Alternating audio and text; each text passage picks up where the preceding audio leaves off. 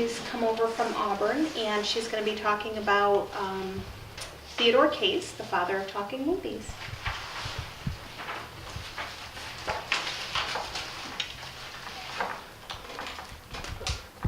Go ahead. Does she talk? Second take. Thank you for this opportunity to honor Theodore Willard Case, the father of talking movies. Ted Case was a scientist. He was born in Auburn, New York on December 12, 1888.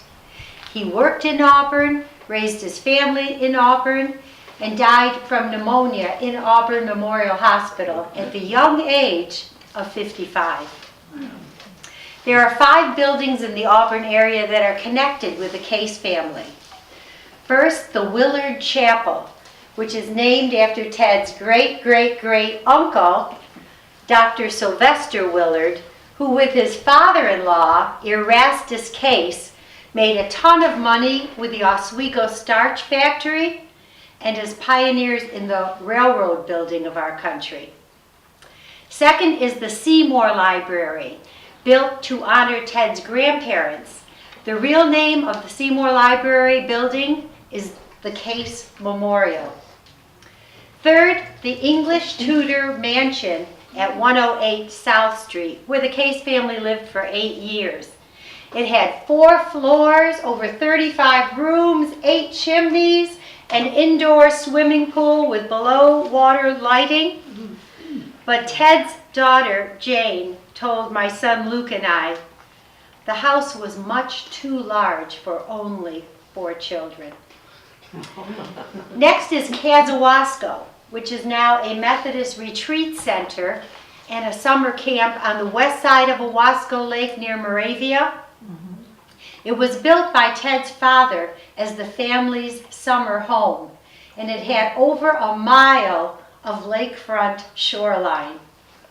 The name Kazawasco means Case on Owasco, Kazawasco. And the 5th building is the Cayuga Museum of History and Art, and especially the backyard greenhouse, where Ted Case created the scientific tools that made him a World War I hero and earned for him the right to be called the father of talking movies. In fact, in July 2004, my son Luke, this was taken 10 years ago, he's now 22, he proposed before Auburn City Council that the city of Auburn be officially designated the birthplace of talking movies. And we were told it was one of the few times that the council passed a resolution unanimously.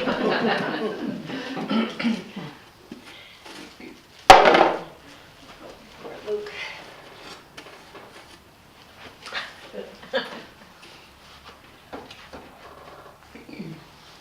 Well, this afternoon I would like to address 2 questions. How can we be sure that Ted Case is indeed the father of talking movies? And this being so, why isn't his name on the list of famous inventors of the 20th century? Let's begin in his early years. He grew up in a scientific environment.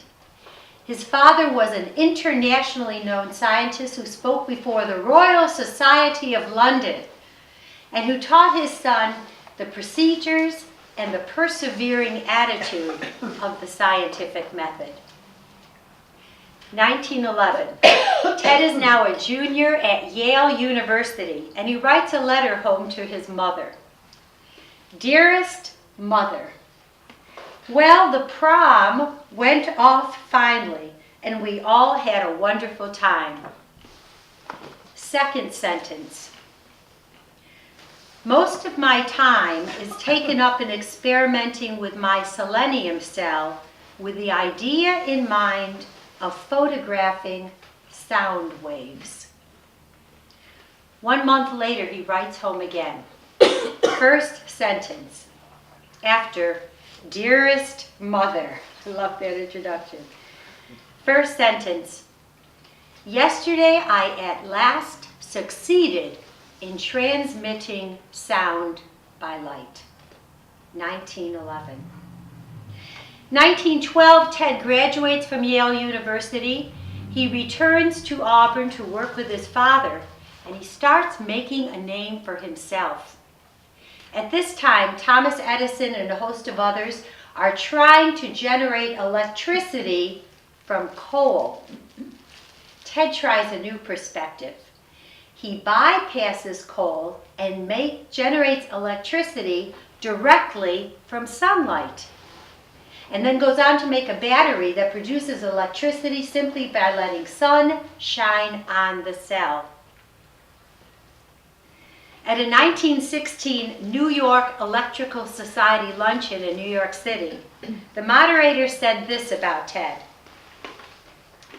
Mr. Case is a young engineer, not yet particularly well known to the world or to fame, but I think we shall hear from him later.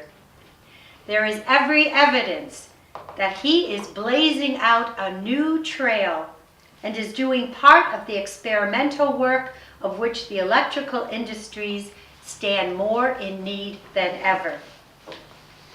Also in 1916, Ted and his father inherit Dr. Willard's house, the Cayuga Museum we previously talked about. Ted is still trying to photograph sound waves, but he's realizing that selenium is not sensitive enough for what he needs to do. Voila! In Dr. Willard's collection of crystals and minerals, Ted finds a compound of thallium, oxygen, and sulfur that is highly responsive to invisible light rays, infrared light. And he uses this compound to create a brand new type of photoelectric cell. 1917, the United States enters World War I and quickly addresses the problem of how to stop U-boats from sinking our soldiers and supplies going to Europe. Ted immediately volunteers to help.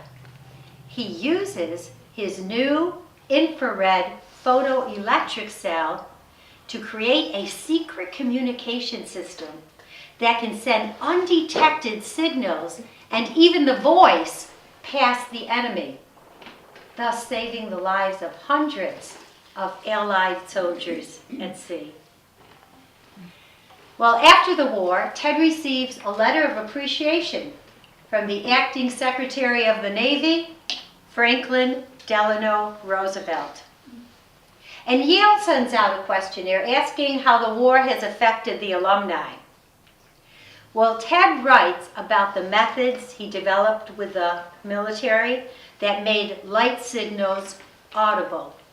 He said he wasn't at liberty to discuss the details of these inventions and that the government has halted all further development of voice transmission apparatus. Well, the government may have stopped working on these new inventions, this new technology, but hard at work in his Auburn laboratory, Ted continues to develop the naval recording system that is based on his photoelectric cell. 1920, Dr. Lee DeForest, another Yale graduate, contacts Ted.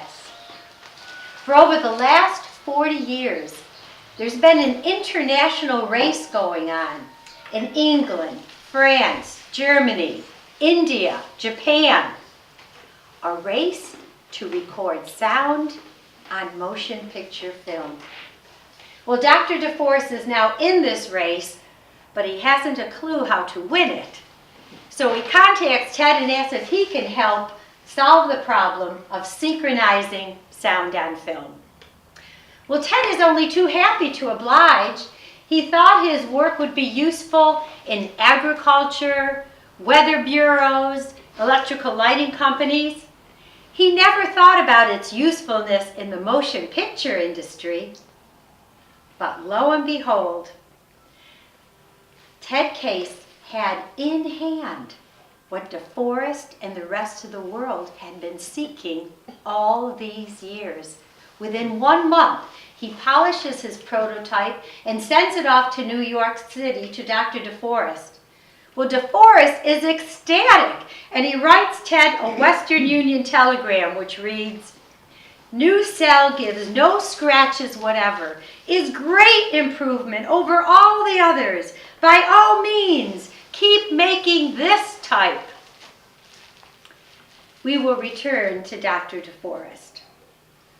In 1923, the Auburn newspaper ran the headline, "Talking Pictures Invented by Auburn Man." The article said, "Words will come exactly in time with the movement of the actor's lips and in their natural voice." Well, the reporter and other Auburnians were invited by Ted to his movie studio to look at the new technology, which Ted described and explained how talking movies are made. The reporter in the article said he had to quote Ted because the process was much too complicated for him to paraphrase. So too in our book, we quoted the reporter's quote of Ted's words describing his talking technology. 1924, Case films the first talking movie of an American president. The president is Calvin Coolidge, whose nickname was Silent Sam. So everyone was so surprised when Coolidge spoke on and on and on in front of the camera. 1926, an important meeting takes place. Ted Case meets William Fox, Fox News, Fox Sports, 20th Century Fox, and shows him the talking movies. Fox at first is highly skeptical that the sound is really coming from behind a curtain in his office. So Ted has to re-show the film in Fox's home in Woodmere.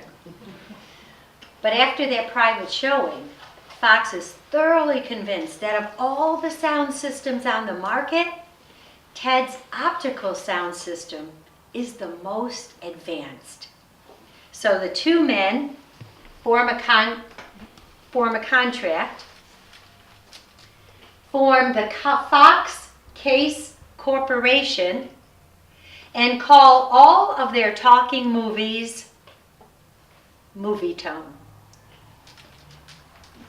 Hmm. 1927. But permit me to interject at this time. The Case's daughter compares her father to Steve Jobs. She says, "Someone who always wants to make a fabulous invention even better." And so it was. In 1927, Case writes an article for the Yale Scientific magazine titled, "New Advances in Talking Movies." It's in the red binder. A reprint is. Case says, "It has been the intention in building up the Movietone system to make it as simple as possible so that portable sets may be placed in an automobile so that sound pictures may be taken almost anywhere." The article ends with the sentence, "It is evident that the new system is not limited to the studio." Well, the first Fox Case Movietone newsreel was of the West Point Military Band in their 125th anniversary parade. The film played in the Roxy Theater in New York City. And the reporter said the film was overwhelming in both image and sound. He said it was virtually perfect. So now Movietone News starts filming all around the world. A performance of the Vatican Choir and a tour of the Colosseum in Rome, Italy. In Great Britain, the changing of the guards at Buckingham Palace and a lecture by George Bernard Shaw. At home, Movietone captures Charles Lindbergh's solo departure to Paris in the spirit of St. Louis. And one of Ted's favorite events, the Army-Yale football game.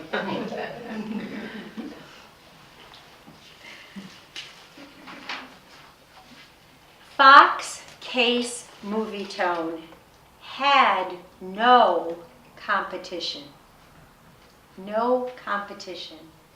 People young and old were rushing to the theaters to see these Movietone shorts that played before the full-length silent movies. By 1928, there were 900 theaters at home and abroad equipped with a Movietone sound system. William Fox handled the business aspect, while Ted continued to work in his Auburn lab to make his talking technology even better. He found a way to eliminate background noise, which made possible the first full-length outdoor talking movie, which was a Western in old Arizona, starring Warner Baxter as the Cisco Kid. They said the audience went wild with the whistle of a passing train and roosters crowing in the distance, the sound of bacon sizzling on the open fire, and the clip-clop of horses as the riders rode off into the sunset. By 1930, every motion picture company was using the sound-on-film technology that was created, developed, and perfected by Theodore Willard Case from Auburn, New York. Which begs the big question, why isn't his name as recognizable as the name of Thomas Edison? In fact, in 1923, Edison writes Case a letter, a reprint in our book, asking for information on Case's photoelectric cell. Well, Case responds, "Sorry, I can't help you. I'm under contract with the Northrop Company, and you'll have to go through them to get information about my work." So why isn't he known?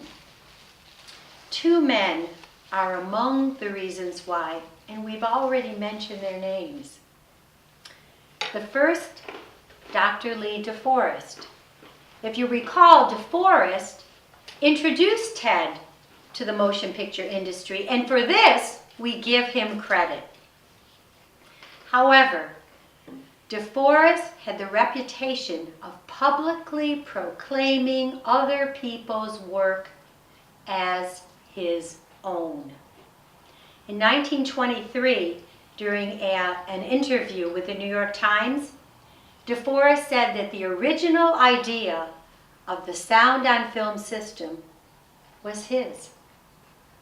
And in 1925, he claimed full credit for the Coolidge film, which played in New York City in front of 500 publishers and journalists from around the world. Well, after many warnings to please stop these misrepresentations, Case ended his business relationship with DeForest. My son and I feel that one of the highlights of doing research is you never know what you're going to find. We came across this little-known connection between Theodore Case and one of the biggest characters on the motion picture screen. Here's the story.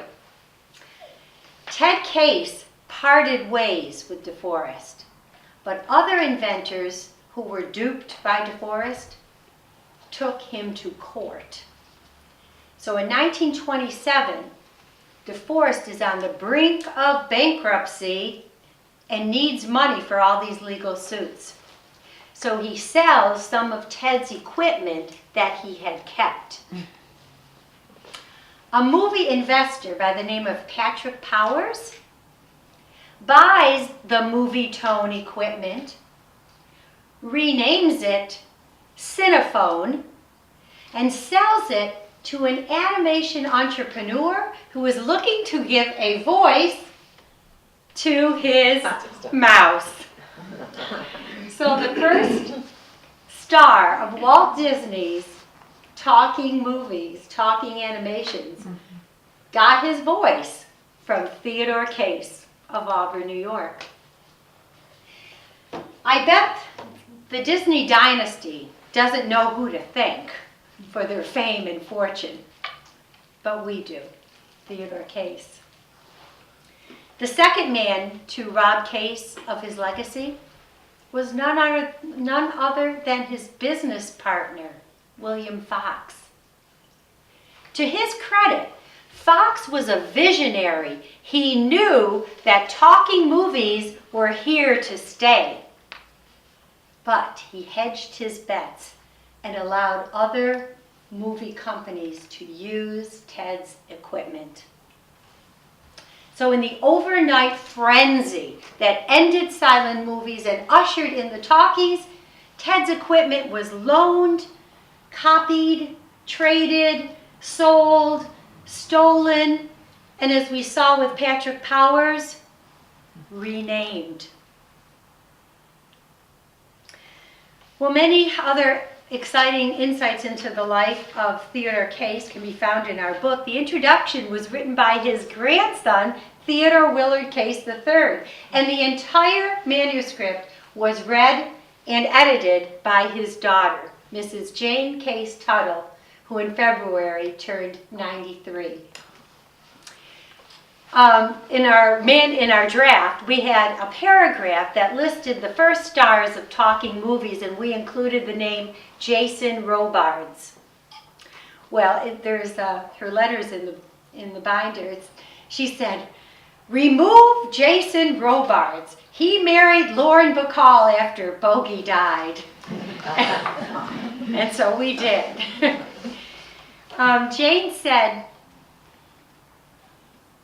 Jane was just a fountain of information. We had the opportunity to visit her a couple years ago. She said her father had a great sense of humor, was devoted to his wife and his children, to whom he taught the games of tennis and golf and taught them how to swim and sail on Owasco Lake.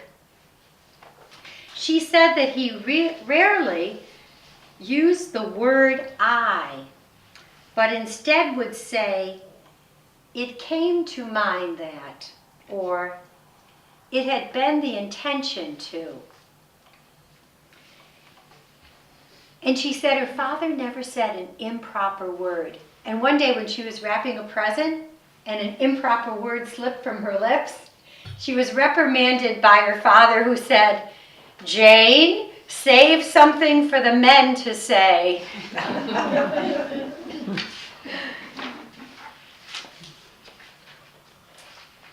Another of Jane's stories became the epilogue in our book. She said, "One day I came home all upset. I had just read an article in the Saturday Evening Post that gave credit for my father's sound film creations to someone else. I showed Father the article. He read it and turned to me in his usual gentle manner and said, 'It's all right, Janie. It doesn't matter what people say or think. I know what I did.'"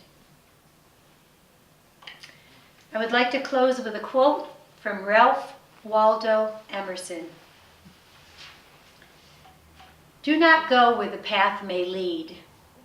Go instead where there is no path, and leave a trail."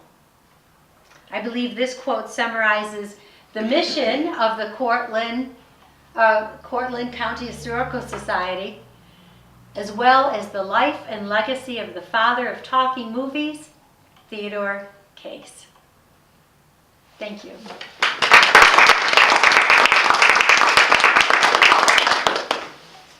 Do you have any questions?